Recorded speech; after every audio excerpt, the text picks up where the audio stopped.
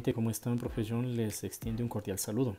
Sigamos revisando más problemas sobre movimiento circular uniforme. Vamos al problema número 4. Nos dice lo siguiente: la gráfica representa la posición angular de una partícula en función del tiempo. Para esto nos pide determinar, primer aspecto, literal A, el desplazamiento angular en cada intervalo de tiempo. B, la velocidad angular asimismo en cada intervalo de tiempo. Luego el desplazamiento angular total realizado por la partícula y finalmente el ángulo total descrito por la misma. Bueno, aquí tenemos entonces ya la gráfica que nos muestra las dos variables que serían el tiempo y también el ángulo. Bien, de aquí, de acuerdo a esto, tenemos varias líneas que nos explican cómo va a ser el movimiento de esta partícula, pero revisemos cómo serían los intervalos. Bueno, el primer intervalo de tiempo tendría que ser el considerado de 0 a 4 segundos para este tramo. El siguiente intervalo de tiempo tendría que estar desde 4 a 8 segundos, el otro tramo que estoy mencionando. El tercero tendría que ser desde los 8 hasta los 10 segundos para esta recta que estamos viendo. La siguiente sería desde los 10 hasta los 14 y para finalizar de los 14 a los 18. Tomando en cuenta esto, entonces continuamos con el ejercicio. Bien, los datos que tenemos descritos serían los que se ven en el gráfico, según los valores que tengamos ahí. Las incógnitas en función de las variables, delta i, que significa el desplazamiento angular en cada intervalo de tiempo, wi, que quiere decir la velocidad angular asimismo en cada intervalo de tiempo, delta teta total significa el desplazamiento angular total realizado por la partícula y el ángulo total que veremos al final. Bueno, vamos a la solución. Entonces, ya lo había mencionado, veamos en cada uno de los intervalos de tiempo. El primero sería de 0 a 4 segundos. Bien, entonces el desplazamiento angular significa la posición final menos la posición inicial medido en radianes. Estas posiciones me refiero a las posiciones angulares. Entonces, según el gráfico, vemos que esta recta empieza desde el origen y termina en este punto superior, el mismo que marcaría un valor de radianes de 15. Entonces sería los 15 radianes menos los 0 radianes, lo cual nos va a dar un desplazamiento angular de 15 radianes positivo. Bien, este desplazamiento angular con el valor de 15 radianes positivo quiere decir que el objeto está girando en sentido antihorario. Veamos entonces ahora el otro intervalo de tiempo, que sería desde los 4 a los 8 segundos. De la misma forma, segunda posición menos la posición anterior. Entonces la segunda posición en este caso vendría a ser, si nos fijamos en esta recta, empieza en el punto superior y desciende hasta llegar a la parte más baja.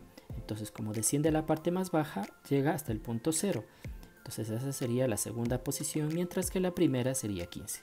Bien, entonces quedaría 0 radianes menos 15 radianes, lo cual nos da un desplazamiento angular 2 de menos 15 radianes. Signo negativo, entonces en este caso nos está indicando que la partícula gira en sentido horario.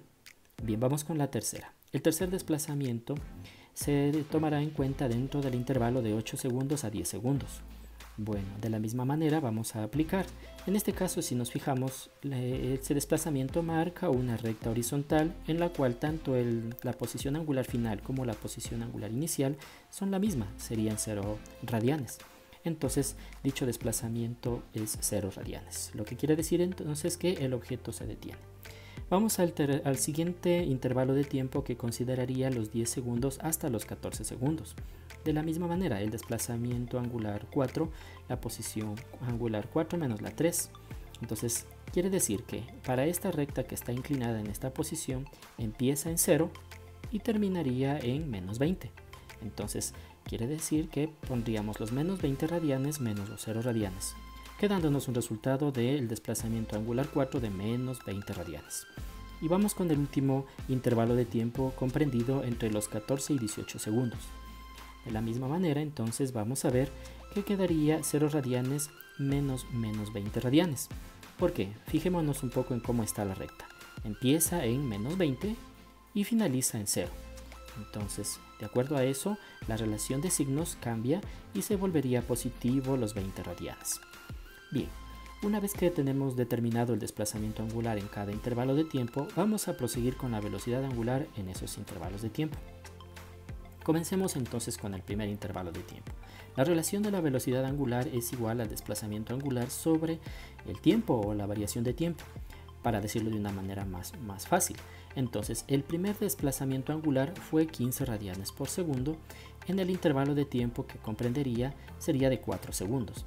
Si efectuamos esta división, entonces encontramos un resultado de 3,75 radianes por segundo, lo que significa que esa es la primera velocidad angular.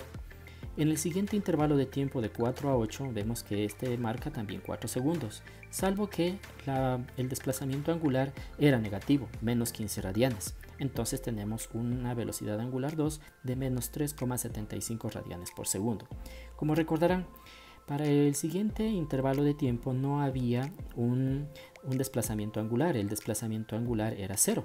Entonces aquí lo único que transcurre es el tiempo, en este caso de 8 a 10 segundos transcurren 2 segundos. Sin embargo, la velocidad angular 3 sería de 0 radianes por segundo, lo que ratifica que el objeto o la partícula está en reposo.